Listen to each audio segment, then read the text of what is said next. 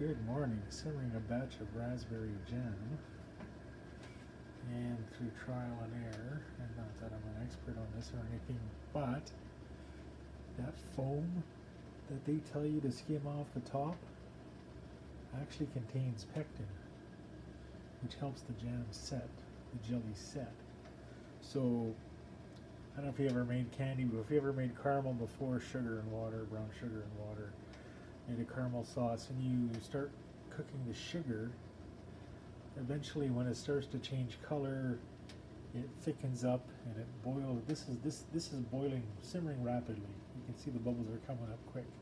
So when you're making caramel sauce, the sugar, when it starts to turn color, because it's thickening, the bubbling action will slow down, and it'll be noticeable. There'll be more bubbles, there'll be bigger bubbles, it'll be boiling slower. It's the same thing with the jam. Don't skim this stuff off the top, because that's where your pectin and your thickening agent is from the berries. I mean, blueberries, you have to add a little bit of pectin because they're a low pectin fruit and stuff like that. And you know, when you start to boil this and it first comes up to the boil, you can see the ring on the pot where it came up to, almost up to the bolts on the handles there. That's normal. That's the first boil. That's the water coming out. So you're cooking a lot of the water out, so there's juice. Then you're also cooking the sugar long enough for it to turn basically into candy. If I cooked this till it was 250, 260 degrees, I could probably pour it out and I could probably pull it into candy with the amount of sugar and the juice that's in here. But we're just making jelly today, so anyway, that's my PSA. Once it cooks down long enough and it starts to thicken up, and I'll show you the difference in the boil. And you'll see that there will be some foam, whatever foam is left on there. Once I've gotten to that final stage of it cooking, I will skim that off, because that's crap. But all this stuff here right now, just let it cook, leave it alone, don't touch it. All rice. Oh, and here's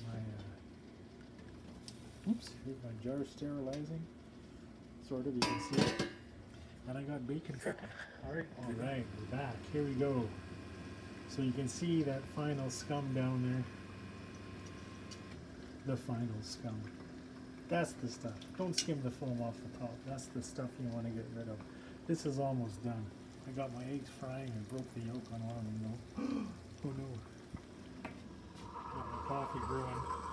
And here I've got my handy dandy scum skimmer. Sold at fine stores everywhere. Actually, I got this one from IKEA. This is great for making stock and stuff. You skim the foam off the top. You can pull the bones out. Great for poached eggs. You pull the poached eggs out and leave the water behind. Anyway, I'm going to let this just go for a little while. My bacon is done. I'm going to pull that out of the oven. I'm going to have some breakfast. Let this simmer on low for a while. And yeah, I'll come back, skim it.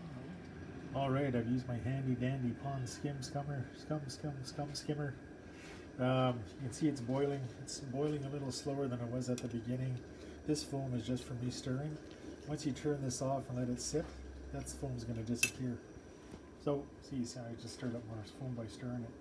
So it's not quite there yet. I've got a plate in the freezer, freezing. I'll do the jam test on it. You can see though that it's bubbling a little bit more slower. When it's ready to go, it'll bubble even slower. Alright, we're ready to go. Everything's set. I'll give it one more little skim before I go. Jars are ready. Lids are ready. Some debate is whether you pop these into the hot water or not. I like to do it just because it softens up the rubber a little bit. And then when you put it on, it's got a nice good seal on it. So we'll skim and pour, and we'll be back. Whew. Got 7 jars, but that's okay because the other 5 I'm going to make in another batch of blueberry, cherry, vanilla. Yum, yum, yum, yum, yum. Yeah, we'll put the lids on and twist. All right, 7 all sealed up, looking nice. Come over here. And